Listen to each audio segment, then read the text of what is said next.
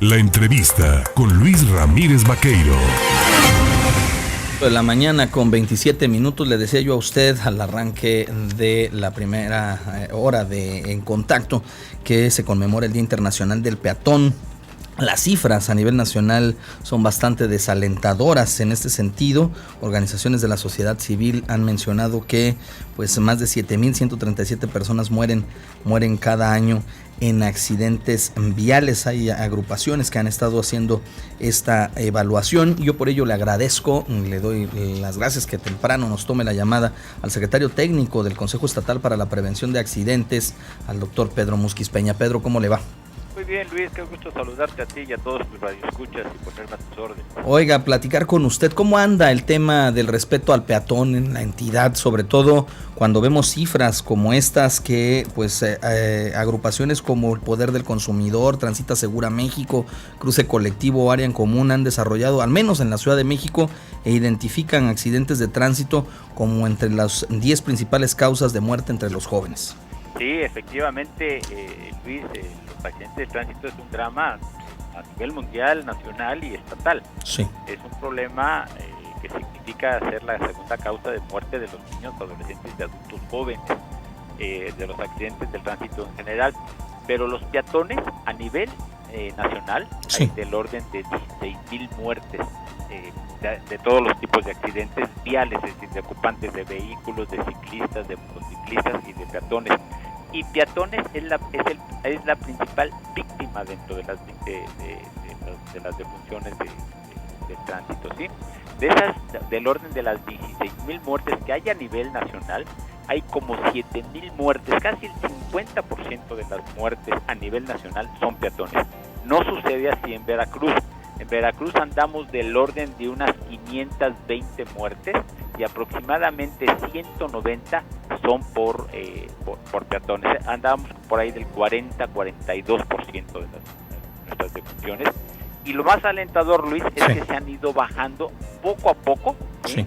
Y te daré cifras. En el 2014 tuvimos 208 defunciones de peatones, en el 2015 197, en el 2016 193 y con cifras preliminares ya en el 2017 solamente 177.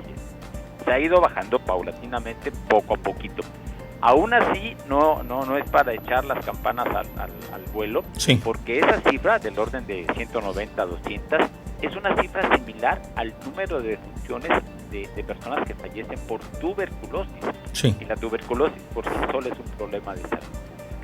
Pero es un buen momento, Luis, yo aquí te agradezco que me hayas tomado que me estés entrevistando, para hacer un llamado a la sociedad civil para que nos cuidemos todos. Finalmente los atropellamientos son el producto de dos actores que no actúan con responsabilidad. Un conductor que va por arriba de la velocidad permitida y que no puede frenar, no puede hacer una maniobra heroica para evitar el atropellamiento, pero también un peatón que toma una mala decisión de cruzar en un lugar donde no es seguro para hacerlo, ¿sí?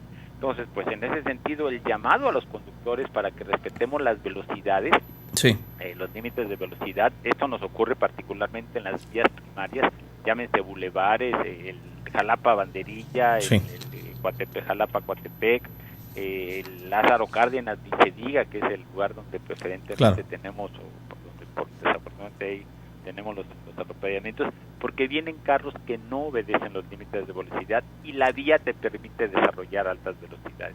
Pero también a los peatones pedirles que el cruce lo hagan de manera segura en los lugares que están destinados para esto. Los puentes peatonales, por supuesto que no es la mejor estrategia o la mejor alternativa para cruzar una vía rápida, sí, pero es por el momento lo que tenemos. Entonces, sí, habrá que utilizarlo para evitar los atropellamientos. Y finalmente te diría, y esto lo tiene que saber la sociedad, las principales víctimas de los atropellamientos son las personas de la tercera edad, ¿sí? Y los niños. Los niños porque no tienen todavía la experiencia vivida de cómo cruzar correctamente una calle, porque no tienen el concepto de riesgo. Claro. Y las personas de la tercera edad, sí, porque ya sus capacidades motrices, reflejos, la vista, el oído han disminuido. Claro. Entonces, hay que respetar a todos los peatones, pero muy particularmente cuando se trata de niños y personas de la tercera edad. Pedro Musquiz Peña, te pido, secretario técnico del Consejo Estatal para la Prevención de Accidentes, no irte de la línea telefónica, tengo que cumplir con el patrocinador. Regresamos en un instante para seguir ampliando y hablando sobre este Día Internacional del Peatón, las cifras y sobre todo qué hacer, cómo prevenir y qué debe de implementarse como política pública para pues aminorar estas cifras. ¿Te parece? Por supuesto que sí, Luis. Vamos al corte y regresamos. Claro. Estás en contacto. Mañana con 35 minutos, le agradezco por la espera al secretario técnico del Consejo Estatal para la Prevención de Accidentes en el estado de Veracruz, al doctor Pedro Musquiz Peña, el seguir en la línea para seguir platicando de este Día Internacional del Peatón. A ver, Pedro, decías muy acertadamente que al menos las cifras en Veracruz van por debajo de la media nacional y dabas datos, por ejemplo, como esto de que no es garantía del mecanismo de utilizar los puentes peatonales en el asunto de los accidentes vehiculares, que quizás no sea la mejor forma. ¿Cuáles serían otros mecanismos para poder garantizar el paso de los peatones de manera correcta, sin afectaciones? Y también te preguntaría, ¿quiénes inciden más en el tema de los accidentes contra peatones? ¿Los transportistas que van en el transporte público en sí, o los conductores común y corriente que van en sus vehículos? Claro. Mira, sobre los puentes peatonales, te contesto conforme me aparecieron tus preguntas, ¿no? Los puentes peatonales, por supuesto, no es la mejor alternativa para cruzar una vía. Sí. Representa mucho esfuerzo y muy particularmente para las personas de la tercera edad, para el adulto mayor, para las personas con alguna discapacidad, las mujeres embarazadas, para las personas que llevan a niños pequeños, ¿no? De brazos, entonces les cuesta, representa un reto a veces cruzar un puente peatonal. Pero en su momento, hace 20, 30 años, era la alternativa que se tenía. Ahora las recomendaciones internacionales y nacionales son hacer pasos peatonales, es decir, cruces peatonales semaforizados con sus cebras, y aunque se tenga que detener el tráfico, hay que pensar que la persona más vulnerable de la vía, el usuario de la vía más vulnerable es justamente el peatón. El peatón no tiene defensas, ni tiene cinturón de seguridad, no tiene nada que lo pueda defender. Sí. Entonces, ahí lo que tenemos que hacer es hacerles cruceros semaforizados y detener el tránsito totalmente, ¿sí? Para previniendo pues el accidente, ¿no? Sí. El otro tema de quiénes son los que están más involucrados en los accidentes, o quiénes son los principales victimarios de los peatones, cuando particularmente tiene la culpa el conductor de un vehículo, es el transporte público.